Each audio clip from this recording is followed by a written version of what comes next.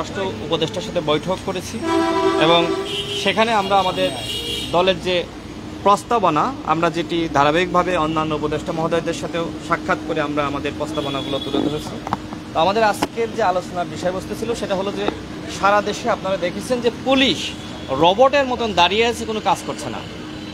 যদিও তারা দাবি করছে যে 90% পুলিশ কাজ করছে এবং তারা কাজে যোগদান করেছে, বাট আমাদের যে মাঠ পর্যায়ের অবজারভেশন সেটি হলো যে পুলিশ কোথাও ফাংশন করছে না, রোবটের মতন দাঁড়িয়ে থাকে। কোথাও অরাজকতা বিশৃঙ্খলা হলেও তারা কোনো ধরনের উদ্যোগ নেয় না। এমনকি থানাতে কেউ গেলেও মামলা নিতে চায় না, কাজ করতে চায় না। পুলিশের বিরুদ্ধে এই অভিযোগগুলো রয়েছে। তো এবং একই সাথে বিভিন্ন বিভিন্ন জায়গা থেকে আমাদের কাছে অভিযোগ পাঠাচ্ছে যে পুলিশ এক প্রকার আওয়ামী লীগের আমলে যেহেতু নিয়োগ দেওয়া হয়েছিল অধিকাংশ পুলিশ কনস্টেবল থেকে শুরু করে শীর্ষ পর্যায়ের, তো সবাই আওয়ামী লীগের নির্দেশনায় মূলত তারা এখন এক ধরনের তারা কাজে না ফিরে তারা এক ধরনের কি বলা যায়, তারা মানে এই যে এক ধরনের হরতাল পালন করছে। মানে এটি আসলে খুবই দুঃখজনক। তো পুলিশ যাতে ফাংশন করে এবং আইন শৃঙ্খলা পরিস্থিতি রক্ষা করা সম্ভবপর হয়, সেক্ষেত্রে আমরা বলেছি গণ অধিকার পরিষদের পক্ষ থেকে আমরা অবশ্যই আমরা স্বরাষ্ট্র মন্ত্রণালয়কে আমরা সহযোগিতা করতে চাই। তিনি নিজেও আমাদের সহযোগিতা চেয়েছেন। তো আমরা যে প্রস্তাবনাগুলো তুলে ধরেছি সেগুলো আপনাদের মাঝে আমি একটু পড়ে শোনাই। আমাদের প্রথম যে দাবি সেটি হলো যে পুলিশকে রাজনৈতিকভাবে ব্যবহারের পথ বন্ধ করে নিরপেক্ষ কাজের পরিবেশ তৈরি করা এবং নিয়োগ পদোন্নতি সহ তদারকিতে স্বতন্ত্র পুলিশ কমিশন গঠন করা। অর্থাৎ সমাজের বিভিন্ন পেশার মানুষ, বিশেষ করে যারা সাবেক পুলিশ কর্মকর্তা, বিচার বিভাগের সাবেক বিচারকগণ এবং নাগরিক সমাজের প্রতিনিধি, সাংবাদিক সমাজের প্রতিনিধি, তাদেরকে নিয়ে একটি স্বতন্ত্র পুলিশ কমিশন গঠন করা এবং এর মাধ্যমেই আসলে পুলিশের পদোন্নতি থেকে শুরু করে যাদেরকে শাস্তি দেওয়া দরকার বা জবাবদিহিতার আওতায় আনা দরকার, এই কাজগুলো যাতে এই স্বতন্ত্র পুলিশ কমিশন গঠন করার মাধ্যমে করা হয়। এর মাধ্যমে যেটি হবে যে পুলিশ লেজুর ভিত্তি করতে পারবে না, নিরপেক্ষভাবে তারা কাজ করতে পারবে। এই জন্য আমরা এই দাবিটি জানিয়েছি যে স্বতন্ত্র পুলিশ কমিশন গঠন। আমাদের স্বরাষ্ট্র উপদেষ্টা মহোদয় জানিয়েছেন যে ইতিমধ্যে তারা এই বিষয়টি নিয়ে কাজ করছেন।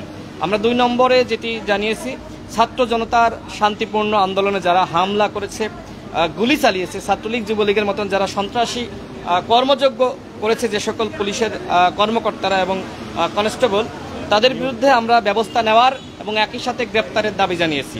এবং একই সাথে যেহেতু ছাত্রলীগ যুবলীগ তারা পুলিশের সাথে ঢুকে পুলিশের মধ্যে বন্দুক নিয়ে গুলি চালিয়ে, কোথাও কোথাও এমনই হয়েছে যে পুলিশের কাছ থেকে আপনার পিস্তল নিয়ে গুলি নিয়ে তারা ট্রিগার করেছে, তারা মানুষকে হত্যা করেছে। তো ছাত্রলীগ যুবলীগ যেহেতু সন্ত্রাসী সংগঠন, আমরা বলেছি যে এই দুটি সংগঠনকে স্বরাষ্ট্র মন্ত্রণালয়ের মাধ্যমে, আইন মন্ত্রণালয়ের মাধ্যমে তাদের 2টা মন্ত্রণালয়ের সহযোগিতায় বা সমন্বিতভাবে ছাত্রলীগ যুবলীগকে নিষিদ্ধ করতে হবে, সেই দাবি আমরা জানিয়েছি। যেটা আমরা বরাবর জানিয়ে আসছি যে সন্ত্রাসী সংগঠন যারা জঙ্গি সংগঠনের থেকেও আমরা দেখেছি যে তাদের তৎপরতা এবং একই সাথে সন্ত্রাসী কর্মকাণ্ড তারা চালিয়েছে। কোটা সংস্কার আন্দোলনে ছাত্রলীগের হাতে আপনারা দেখেছেন যে অস্ত্র, ছাত্রলীগের হাতে চাপাতি, রামদা, বন্দুক, পিস্তল। সুতরাং এটি কখনোই আসলে কোনো ছাত্র সংগঠন হতে পারে না, এটি কখনোই যুব সংগঠন হতে পারে না। সুতরাং এই দুটি সংগঠনকে আমরা নিষিদ্ধের দাবি জানিয়েছি। 3 নম্বরে যে বিষয়টি আমরা জানিয়েছি যে আগামী 10 দিনের মধ্যে স্বরাষ্ট্র মন্ত্রণালয়ের যে সকল কর্মকর্তা কর্মচারী রয়েছে তাদের সম্পদের হিসাব জনসম্মুখে প্রকাশ করতে হবে। কারণ আওয়ামী লীগের আমলে যাদেরকে নিয়োগ দেওয়া হয়েছিল তারা বিভিন্নভাবে লুটপাট করেছে, তারা বিভিন্নভাবে আর্থিক কেলেঙ্কারির সাথে জড়িত এবং অবৈধভাবে অনেককে দলীয়করণ করার মাধ্যমে প্রমোশন দেওয়া হয়েছে। যে কারণে এই সকল কর্মকর্তাদেরকে অবশ্যই 10 দিনের মধ্যে তাদের সম্পদের হিসাব জনগণের সামনে দাখিল করতে হবে। 4 নম্বরে যে বিষয়টি আমরা তাদেরকে জানিয়েছি যে পুলিশের ভাবমূর্তি ক্ষুণ্ণ ও পুলিশকে দলীয়করণ করা সহ দুর্বৃত্তায়নে জড়িতদের বিরুদ্ধে শাস্তিমূলক ব্যবস্থা, দলবাজ অসৎ কর্মকর্তাদেরকে চাকরিচ্যুত করা। বিভিন্ন জায়গায় দেখেন যে এখনো পর্যন্ত আওয়ামী লীগের আমলে যারা এসপি হয়েছিল, ডিআইজি হয়েছিল, এডিসি হয়েছিল, তারা কিন্তু ওই পদেই বসে আছে। সুতরাং এদেরকে আপনি যদি ওই একই পজিশনে বসিয়ে রেখে আপনি মনে করবেন যে রাষ্ট্র সংস্কার কোনোভাবেই সম্ভবপর নয়, পুলিশ ইতিমধ্যে কোনো ফাংশন করছে না, এই রোবট পুলিশকে দিয়ে আপনি রাষ্ট্র সংস্কার করবেন, আইন শৃঙ্খলা রক্ষা করবেন, সেটি কখনোই সম্ভবপর নয়। শুধুমাত্র বাংলাদেশে এই মুহূর্তে কাজ করছে সেনাবাহিনী। আমার পাশে যে সেনাবাহিনীর দেশপ্রেমিক সদস্যরা দাঁড়িয়ে আছে, সেনাবাহিনী ছাড়া কেউ কাজ করছে না। সেনাবাহিনী যদি এই মুহূর্তে কোনো ফাংশন না করতো, রাষ্ট্র তো অচল হয়ে যেত, রাষ্ট্রে আরও কয়েকটি প্রতিবিপ্লব হয়ে যেত। সুতরাং সেনাবাহিনী যেভাবে কাজ করছে, পুলিশকে ওইভাবে ফাংশন করতে হবে। সেনাবাহিনী কাজ না করলে দেশ আর একবার প্রতিবিপ্লব হয়ে যেত, ধ্বংস হয়ে যেত। সুতরাং অবশ্যই পুলিশকে কাজ ফাংশন করতে হবে এবং পুলিশের মধ্যে যারা পুলিশের ভাবমূর্তি ক্ষুণ্ণ করেছে তাদেরকে চাকরিচ্যুত করতে হবে। চলমান পরিস্থিতিতে পুলিশের মনোবল বৃদ্ধি ও নির্বিঘ্নে নিরাপত্তার সাথে কাজ করা সহ দ্রুত সময়ে আইনশৃঙ্খলা পরিস্থিতি স্বাভাবিক করতে গুরুত্বপূর্ণ মেট্রোপলিটন ও জেলা শহরের প্রতিটি থানায় 10 জন করে সেনা সদস্য নিয়োগ দিতে হবে। স্থানীয় প্রশাসন ও নাগরিকদের মধ্যে সেতুবন্ধন তৈরিতে কমিউনিটি পুলিশকে সক্রিয় করার পাশাপাশি সমাজের বিভিন্ন শ্রেণী পেশার মানুষের সাথে মতবিনিময়মূলক প্রোগ্রাম হাতে নিতে হবে। দেখেন, যেহেতু পুলিশ অনেকে বলছে যে আমরা ভয় পাচ্ছি কাজ করতে, যদি আমরা কোনো ধরনের মামলা নিই, অমকের বিরুদ্ধে অন্য একটি পক্ষ এসে আমাদের থানা ঘেরাও করতে পারে, হামলা করতে পারে। 10 জন করে সদস্য যদি প্রতিটি থানায় থাকে, আই থিঙ্ক এই ধরনের কেউ আগ্রাসী মনোভাব পোষণ করতে পারবে না, থানা ঘেরাও বা থানা হামলা করতে পারবে না। তো পুলিশের কাজের স্বাধীনতার ক্ষেত্রে এবং তাদের মনোবল বৃদ্ধি করার জন্য এই যে সচিবালয়ে যেমন সেনা মোতায়েন করা হয়েছে, সেনাবাহিনীর সদস্যরা এখানে রয়েছে, ঠিক একইভাবে আমরা দাবি জানাচ্ছি যে প্রতিটি থানায় আইন শৃঙ্খলা পরিস্থিতি নিয়ন্ত্রণ করার জন্য এবং একই সাথে পুলিশকে সহযোগিতা করার জন্য অবশ্যই 10 জন করে সেনা মোতায়েন করতে হবে। আমরা ইতিমধ্যে দেখেছি যে যেহেতু চিকিৎসকরা তারা এক ধরনের শাটডাউন ঘোষণা করেছিল, তারা ভয় পাচ্ছিল, তারা বলছে যে আমাদের উপর হামলা করা হচ্ছে। তো সেই ক্ষেত্রে দেখবেন যে ডাক্তাররা তারা এখন সেবা দিচ্ছে, তাদের পিছনে সেনাবাহিনীর সদস্যরা দাঁড়িয়ে আছে, বন্দুক নিয়ে দাঁড়িয়ে আছে। ঠিক একইভাবে পুলিশকে নিরাপত্তা দেওয়ার জন্য সেনাবাহিনীকে থানায় থানায় তাদেরকে অবশ্যই দায়িত্ব দেওয়া উচিত। 5 নম্বরে আমরা যে বিষয়টি 6 নম্বরে যেটি আমরা বলেছি সেটি হলো যে পাসপোর্ট এবং ইমিগ্রেশন সহ পুলিশের সর্বস্তরে ঘুষ দুর্নীতি মুক্ত করে জনবান্ধব পুলিশি ব্যবস্থা নিশ্চিত করা, পুলিশের ঝুঁকিপূর্ণ কাজের ভাতাসহ মাঠ পর্যায়ে টহল, পুলিশের জন্য পর্যাপ্ত বাজেট প্রদান, থানা উপজেলা পর্যায়ে সরকারি কর্মকর্তাদের ন্যায় পুলিশের ক্যাডার অফিসারদের পদায়ন। এই কথা কেন বলছি?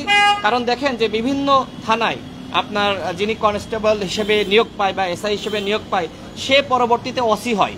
তো এটি আসলে এক ধরনের যারা আপনার সাধারণ জনগণ আমাদের কাছে জানিয়েছে যে বিসিএস ক্যাডার যারা হয়ে থাকে তাদেরকে যদি সরাসরি থানার দায়িত্ব দেওয়া হয় তাহলে ওই থানা ভালোভাবে ফাংশন করবে। যেমনভাবে দেখেন যে ইউএনওকে কিন্তু একটা জায়গায় দায়িত্ব দেওয়া হয়, সে বিসিএস ক্যাডার। ঠিক একইভাবে ওইখানে যদি আপনার একজন এএসপি পদমর্যাদা তাকে যদি থানার ওই দায়িত্ব দেওয়া হয়, সে এএসপি হিসেবে দায়িত্ব পালন করবে, কিন্তু থানা তার নিয়ন্ত্রণে থাকবে। এই কাজটি যদি করা যায় তাহলে পুলিশ কিন্তু আরও ভালোভাবে ফাংশন করবে। এবং একটি ছেলে যে বিশ্ববিদ্যালয় থেকে পড়াশোনা করেছে তার কিন্তু মানুষের সাথে মেশার, সামাজিকতার এবং একই সাথে জনগণের পালস অনুধাবন করার একটি ক্ষমতা থাকে।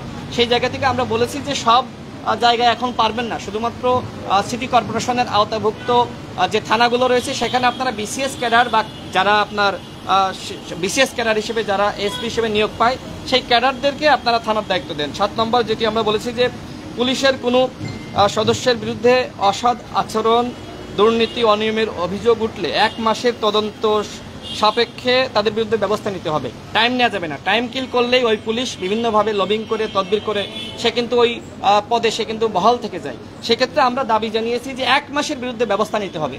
এই ব্যবস্থা যদি আপনি দুর্নীতিবাজ পুলিশদের বিরুদ্ধে নেন তাহলে কোনো পুলিশ সদস্য কিন্তু ঘুষ খাবে না।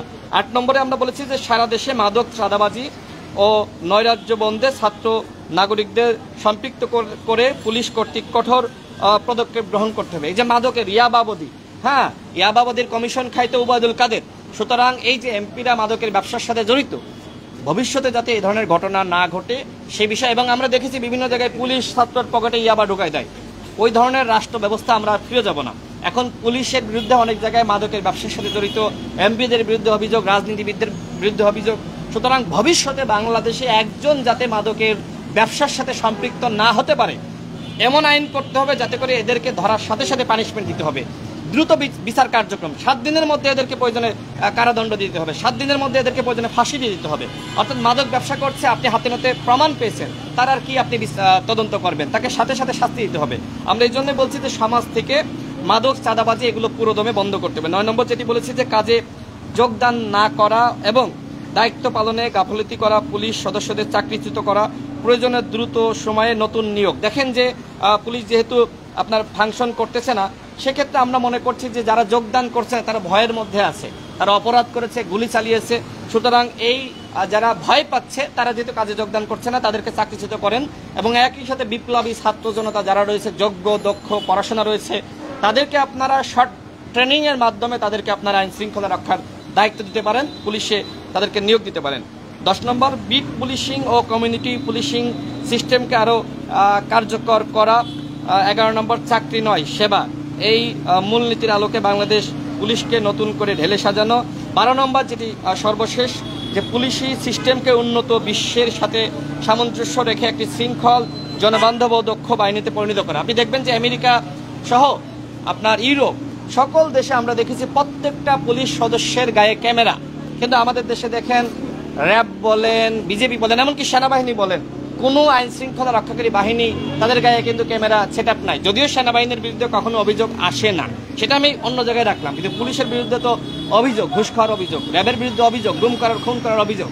সুতরাং তাদের দেহে যদি আপনার বডি ক্যামেরা ফিট করা যায় তাহলে কেউ অপরাধ করতে পারবে না। আমি বিভিন্ন জায়গায় দেখেছি, অনেকের মুখে শুনছি যে পুলিশকে বলা হচ্ছে, যেমন হাসপাতালে গেলে আনসারকে বলা হচ্ছে ভাই 100 টাকা নাও, আমাকে দ্রুত একটু সিরিয়াল দাও। আনসার ভয়ে কিন্তু এখন ওই টাকাটা নিচ্ছে না, যেটা কিন্তু আগে সবসময় নিত। ঠিক একইভাবে রাস্তায় আপনার পুলিশ বিভিন্নভাবে চাঁদাবাজি করতে, এখন কিন্তু কেউ ভয়ে চাঁদাবাজি করছে না, এই যে রাষ্ট্র সংস্কার হয়েছে। সুতরাং সেই জায়গা থেকে তাদের মধ্যে একটি ভয় ঢুকে গেছে যে আমি অপরাধ করলে আমার পানিশমেন্ট হতে পারে। তো আমাদের হাতে একটি সুযোগ এসেছে এই রাষ্ট্রকে সুন্দরভাবে সাজানোর। সেই জায়গা থেকে আমরা সকল উপদেষ্টার সাথে আমরা সাক্ষাৎ করছি। আজকে আমরা স্বরাষ্ট্র উপদেষ্টার সাথে সাক্ষাৎ করেছি, এর আগে সমাজ কল্যাণ মন্ত্রণালয়ের যিনি দায়িত্বে রয়েছেন তার সাথে সাক্ষাৎ করেছি, আরও আপনার অনেক উপদেষ্টার সাথে আমরা সাক্ষাৎ করেছি, ফরিদা আক্তার সহ। তো আমরা ধারাবাহিকভাবে সাক্ষাৎ করে যাচ্ছি।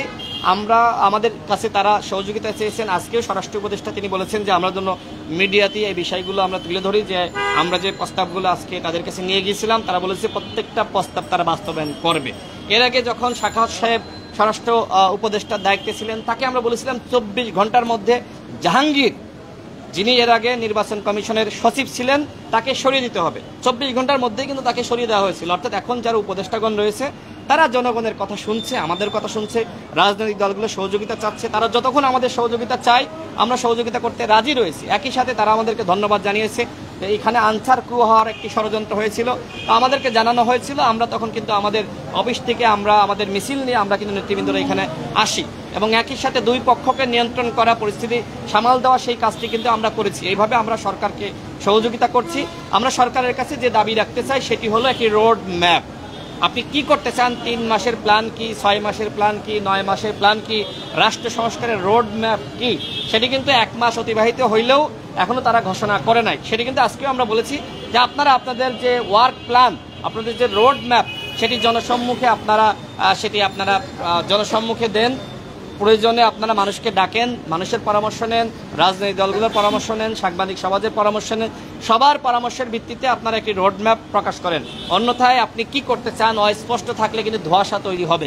ইতিমধ্যে মানুষের মনে প্রশ্ন তৈরি হয়েছে যে 1 মাস অতিবাহিত হয়ে গেল, এখনো পর্যন্ত শহীদের তালিকা তৈরি করা হলো না।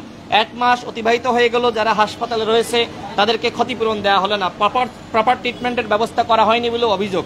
কারণ অনেককে আপনার সিঙ্গাপুরে বলেন, ইউরোপে বলেন, আমেরিকায় বলেন উন্নত চিকিৎসার জন্য নিয়ে যাওয়া দরকার ছিল, কিন্তু তাদেরকে নেওয়া হয়নি। ধুকে ধুকে প্রায় প্রতিটা দিন আমরা দেখছি যে শহীদ মিনারে তাদেরকে জানাজা পড়ানো হচ্ছে। তো উপযুক্ত চিকিৎসা বা পর্যাপ্ত পরিমাণ চিকিৎসা না দিতে পারলে এরকম আরও অনেকে মারা যেতে পারে। তো শহীদের তালিকা তৈরি করা হোক এবং শহীদের পরিবারকে ক্ষতিপূরণ দেওয়া, এবং একই সাথে যারা আহত রয়েছে তাদের প্রপার ট্রিটমেন্টের ব্যবস্থা করা, সেই দাবিগুলো আমরা জানিয়ে আসছি। আর কোনো প্রশ্ন আছে? আপনি আজকে প্রস্তাবনা দিয়েছেন পুলিশ কমিশন গঠন করা, যে পুলিশ কমিশন 2013 সালে জাতিসংঘ থেকে একটা বাজেটও আসছিল এবং প্রস্তাবনা আসছিল, সেটাও বন্ধ আছে। এখন আপনারা সেম উদ্যোগটাই নিচ্ছেন, এই ক্ষেত্রে কতটুকু আশ্বস্ত করেছে স্বরাষ্ট্র উপদেষ্টা বা আইন উপদেষ্টা আপনাদেরকে যে পুলিশ কমিশন গঠন করবেন জনগণের জন্য? দেখেন, আমরা যখন স্বরাষ্ট্র উপদেষ্টার কাছে গিয়েছি তিনি আমাদেরকে, আপনি যে জাতিসংঘের যে প্রস্তাব, ওই বইটা তিনি পড়ছিলেন, তিনি আমাদেরকে দেখালেন যে আপনারা যে প্রস্তাব দিয়েছেন এটি নিয়ে আমি পড়াশোনা করছি এবং এটি বাস্তবায়ন করা হবে।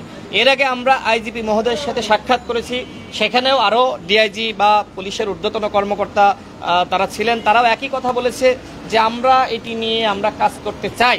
পুলিশ যদি নিরপেক্ষভাবে পুলিশকে দিয়ে ফাংশন করাতে হয়, দলীয় লেজুবৃত্তির বাইরে রাখতে হয়, তাহলে কিন্তু অবশ্যই পুলিশ কমিশন গঠন করতে হবে। তো রাষ্ট্র সংস্কারের দায়িত্ব যেহেতু এই উপদেষ্টাদের হাতে, সুতরাং তারা অবশ্যই আমাদের রাজনৈতিক দলগুলোর পক্ষ থেকে তো এই প্রস্তাবনা দেওয়া হচ্ছে। তো আমরা তো লেজুর ভিত্তি করতে চাই না, আমরা তো পুলিশকে ব্যবহার করতে চাই না। সুতরাং তারা যদি আমাদের কথা না শোনে, যদি তারা পুলিশ কমিশন গঠন না করে, তাহলে আবার যে দল ক্ষমতায় আসবে আবার লেজুর ভিত্তি করবে। সুতরাং এর দায় কিন্তু এখন উপদেষ্টাদের নিতে হবে।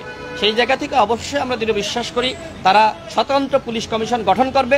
আর স্বতন্ত্র পুলিশ কমিশন গঠন না করলে রাষ্ট্রে কোনো সংস্কার হবে না, পুলিশের কোনো সংস্কার হবে না। সুতরাং এটি অবশ্যই তাদের বাস্তবায়ন করতে হবে। বাস্তবায়ন না করলে তো আমরা সেটি অবশ্যই তাদের কাছে আমরা জবাব দিতে চাইবো। আরেকটা বিষয় হচ্ছে যে আপনি গতকালও একটি গণমাধ্যমের সামনে বলেছিলেন, আজকে এই বিষয়টা নিয়ে কথা হয়েছে কিনা। প্রশ্নটা হচ্ছে যাদের আইন শৃঙ্খলা বাহিনী থেকে শুরু করে রাজনীতিবিদ পর্যন্ত যাদের বিরুদ্ধে সুনির্দিষ্ট মামলা এবং অভিযোগ রয়েছে, এখন অনেকে গ্রেপ্তারের বাকি রয়েছে, এবং সেই বিষয়টা নিয়ে আজকে স্বরাষ্ট্র উপদেষ্টা এবং আইন উপদেষ্টার সাথে এই বিষয়গুলো আলোচনা হয়েছে। হ্যাঁ, আমরা জানিয়েছি যারা অপরাধী তাদেরকে কেন গ্রেপ্তার করা হচ্ছে না।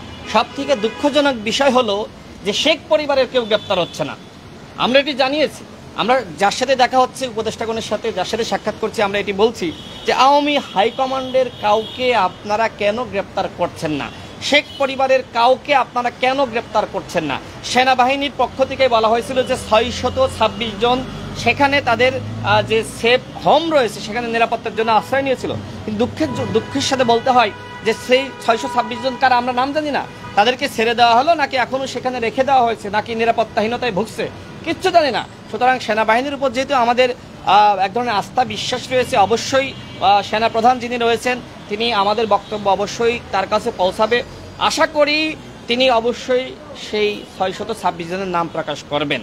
এবং একই সাথে আমরা স্বরাষ্ট্র উপদেষ্টাকেও বলতে চাই যে এই মানে আওয়ামী লীগের হাইকমান্ডের কেউ কেন গ্রেপ্তার হচ্ছে না, শেখ পরিবারের কেউ কেন গ্রেপ্তার হচ্ছে না, সেই বিষয়টি নিয়ে অবশ্যই জনগণের এক ধরনের প্রশ্ন রয়েছে। আশা করি আপনারা দ্রুত সময়ের মধ্যে এই প্রশ্নের উত্তর দিবেন তাদেরকে গ্রেপ্তার করার মাধ্যমে। অন্যথায় কিন্তু যেটি মনে হবে যে শেখ পরিবারের সাথে এই উপদেষ্টাদের এক ধরনের লিয়াজু হয়েছে, এক ধরনের গোপন চুক্তি হয়েছে, যে কারণে তাদেরকে গ্রেপ্তার করা হচ্ছে না। এই সন্দেহ কিন্তু ইতিমধ্যে সরিয়ে গেছে। আমি কিন্তু এই বক্তব্য দিয়েছি, আপনাদের চ্যানেলগুলো থেকে প্রকাশ করেছেন। জনগণ আপনারা কমেন্টগুলো চেক করে দেখেন, জনগণ আমার মতামতের সাথে একমত। কেন শেখ পরিবারের কাউকে একজনকে আপনি ধরতে পারলেন না? কোথায় তারা? কোথায় গেছে তারা? কি সবাই শেখ হাসিনার সাথে হেলিকপ্টারে পালিয়ে গেছে? না, সেটা তো সম্ভবপর নয়। সুতরাং তারা কোথায় আছে বাংলাদেশে লুকিয়ে, অবশ্যই তাদেরকে অনতিবিলম্বে, আমি একটি আলটিমেটাম দিচ্ছি, আগামী 7 দিনের মধ্যে শেখ পরিবারের প্রত্যেককে অবশ্যই তাদেরকে চিরুনি অভিযানের মাধ্যমে গ্রেপ্তার করতে হবে। একই সাথে আগামী 7 দিনের মধ্যে ওবায়দুল কাদের থেকে শুরু করে আসাদুজ্জামান এবং আপনার হাসান মাহমুদ, আরাফাত সহ যে সকল কুলাঙ্গাররা আজকে ছাত্রদেরকে খুন করেছে, মানুষকে গুম করেছে, খুন করেছে, ওবায়দুল কাদের, আসাদুজ্জামান, কামালদেরকে আগামী 7 দিনের মধ্যে গ্রেপ্তার করতে হবে। যদি গ্রেপ্তার না করেন তাহলে আমরা ধরেই নিব যে শেখ পরিবার এবং আওয়ামী হাইকমান্ডকে রক্ষার এক ধরনের ষড়যন্ত্র চক্রান্ত হচ্ছে। আপনারা মোট আজকে 12টি প্রস্তাবনা দিয়েছেন, তার ভিতরে আপনাদের এই প্রস্তাবনা শুনে উপদেষ্টা মণ্ডলীরা কি বলেছে এবং সেই সাথে আপনি যে 7 দিনের আলটিমেটাম দিলেন, এই আলটিমেটাম কতটুকু কার্যকর হবে? না, আমরা 7 দিনের আলটিমেটাম বলতে 7 দিনের মধ্যে দাবি জানিয়েছি তাদেরকে গ্রেপ্তার করতে হবে। এখন যদি আপনি 7 দিনের মধ্যে না গ্রেপ্তার করেন, আমি আমার বক্তব্য দিব, তাদের কাছে আবার যাব, প্রয়োজনে যদি তাদের গ্রেপ্তারের দাবিতে আন্দোলন করা লাগে আন্দোলন করব। সুতরাং আমাদের পক্ষ থেকে যেহেতু আমরা বলছি যে এই মুহূর্তে আন্দোলন করা যাবে না, সেই জায়গা থেকেই মূলত আমরা আন্দোলন এই মুহূর্তে করছি না। তাদের কাছে আমরা আমাদের লিখিত যে প্রস্তাবনা সেগুলো সরাসরি দিয়ে আসছি। আমরাই তো জনগণকে আহ্বান জানাচ্ছি যে সচিবালয়ের সামনে আপনারা ঘেরাও করবেন না, কোথাও প্রোগ্রাম এই মুহূর্তে দরকার নেই, আগামী 3 মাস 4 মাস সরকারকে সময় দেন, দেখেন তারা কি করে। তো এই দাবিতে আমরাই তাদেরকে এই প্রস্তাবটা তাদেরকে আমরা জানিয়ে এসেছি। তো সেই জায়গা থেকে আমরা যেটি মনে করি, অবশ্যই আজকে স্বরাষ্ট্র উপদেষ্টা বলেছে যে এই 12টি প্রস্তাবই বাস্তবায়নযোগ্য এবং তারা এটি অবশ্যই বাস্তবায়ন করবে।